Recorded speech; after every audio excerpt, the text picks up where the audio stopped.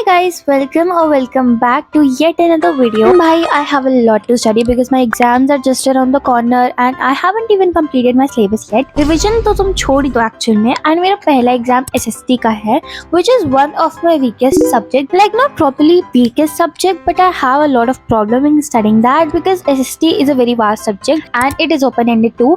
Also मुझे को एक चीज़ याद नहीं होती है एक बार में, so I have to study it multiple times and उससे मैं बोर भी जाती हूँ और मेरा टाइम भी बहुत जाता है. मैंने यहाँ पे 10:30 पढ़ने बैठ गई थी. Also this vlog is a bit पुराना बिकॉज मैं शूट करके एडिट करना भूल जाती हूँ, तो मैं तुम्हें पोस्ट क्या ही करूंगी. बट येस, यहाँ पे मैंने अपनी बुक्स वगैरह निकाली and I also got the sipper. तो मैं बताती हूँ कि मेरे पास अगर सिपर्स होंगे ना, एस्थेटिक की बॉटल्स होंगी, तो मैं पानी पी लूंगी. नहीं तो मैं भूल जाती हूँ कि पानी पीने की भी चीज़ होती है. मतलब मेरे को पानी पीना भी याद दिलाना पड़ता है. बट कोई बात नहीं, यहाँ पे मैंने एसएसटी निकाल ली थी अपनी एंड यहाँ पे मैं चॉकलेट भी खा रही थी.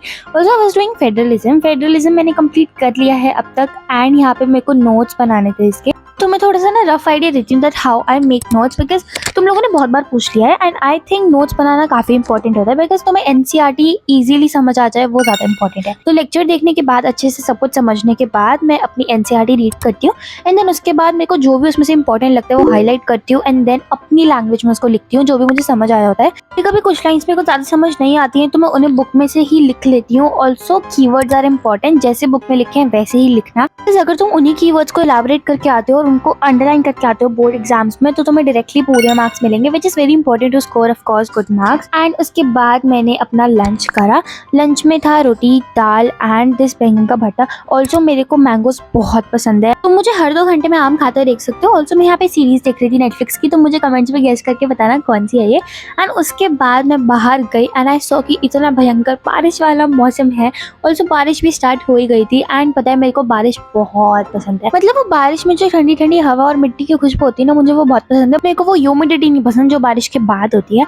एंड इतनी तेज बारिश में मेरे को ट्यूशन जाना ही पड़ा. यस, मैं ट्यूशन गई थी क्योंकि मैंने 1 हफ्ते की छुट्टी ले रखी थी for no reason. Like literally for no reason मैंने 1 हफ्ते से छुट्टी कर रखी है ट्यूशन की. वहां से आने के बाद I was very hungry. Like मेरे को बहुत ज्यादा कुछ अच्छा खाने का मन कर रहा था. तो ऑफकोर्स मुझे ऐसे टाइम पे एक ही चीज याद आती है, विच इज पास्ता. मेरे को जब भी भूख लगती है ना, मुझे कुछ जल्दी बनाना होता है. I always make this pasta and ये काफी जल्दी बन भी जाता है. ऑल्सो मैं साइमल्टेनियसली मम्मी की चाय भी बनाती साथ साथ में. और तुमने मेरी 2 वीडियोस में पास्ता देख लिया, इससे ये मत समझना मुझे पास्ता के आगे पीछे कुछ आता नहीं है. I make a lot of things but मुझे इंस्टेंटली पास्ता ही बनाना पसंद है. एंड पता है मेरे साथ ना हमेशा ही ऐसा होता है कि मैं कितना भी कम बॉईल करने को रखूँ, हमेशा एंड में पास्ता ज्यादा ही बनना होता है.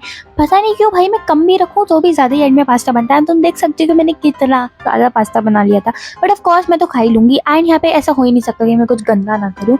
इसके बाद मैं वापस से सीरीज देखने लगी थी एंड आफ्टर दैट ना अराउंड 8 बज गए थे. तो मेरी थी क्वाड्रेटिक इक्वेशंस की क्लास. यहाँ पे ना मैं एसएसटी के अभी लेक्चर्स नहीं देख रही हूँ. मैंने सोचा था कि मैं सैटरडे संडे में नेशनल इंडिया रिवाइज भी करूंगी, तो मैं उसके साथ ही देख लूंगी लेक्चर. जो तुमने मुझे 2 महीने से हिस्ट्री पढ़ते हुए देखा ही नहीं होगा बिकॉज मैं पढ़ती ही नहीं हूँ. मुझे पसंद ही नहीं हिस्ट्री. मतलब इतनी बुरी लगती है कि मैं सोचती हूँ कि करूँ ही ना, बट ऑफकोर्स करनी तो पड़ेगी बोर्ड्स के लिए. तो मैंने ना अभी मैथ्स की क्लास ली एंड लेक्चर 4 तक क्वाड्रेटिक इक्वेशंस का. ऑल्सो जो भी भाई इंपॉर्टेंट फॉर्मूला है कुछ बताते हैं ना, वो मैं स्टिकी नोट्स पे लिख लेती हूँ. देन डिनर में मैंने बर्गर बनाया था एंड इससे पहले मैंने पास्ता इतना खा लिया कि आज मैं सिर्फ एक ही बर्गर खाया. डिनर करने के बाद मेरे को अब अपने नोट्स रिवाइज करने थे बिकॉज एसएसटी के नोट्स तो कंप्लीट हो गए बट अब रिविजन ज़्यादा इंपॉर्टेंट है. जिस इंसान के लिए जिससे एसएसटी बिल्कुल भी नहीं होती उसके लिए तो वो काफ़ी इंपॉर्टेंट है रिवीजन. तो मैं क्या करती हूँ, मैं ब्लर्टिंग या फेमिंग टेक्निक से नोट्स रिवाइज करने के बाद रिवीजन करती हूँ. उसके बारे में तो मैं अलग वीडियो में बता दूंगी कि वो होता कैसे है. बट यहाँ पे आज मेरे को डेवलपमेंट ऑफ फेडरलिज्म रिवाइज करना था. ऑल्सो मैं तुम्हें बता दूँ कि मैं अपने नोट्स ना ऐसे अलग से शीट्स पे स्टेपल करके रखती हूँ बिकॉज मैं इनको एक फोल्डर में रख दी and which is very convenient for me to find my notes. अगर ये किसी नोटबुक में रहेंगी तो मैं काफ़ी कन्फ्यूज जाती हूँ कि ये वाले कहाँ थे, ये वाले नोट्स कहाँ थे इस चैप्टर के. तो ये करने के बाद finally I had to write my to do list for the next day. I pack my bag and मैं अपनी यूनिफॉर्म भी निकाल ली. And that's it for today. Do subscribe. Bye bye.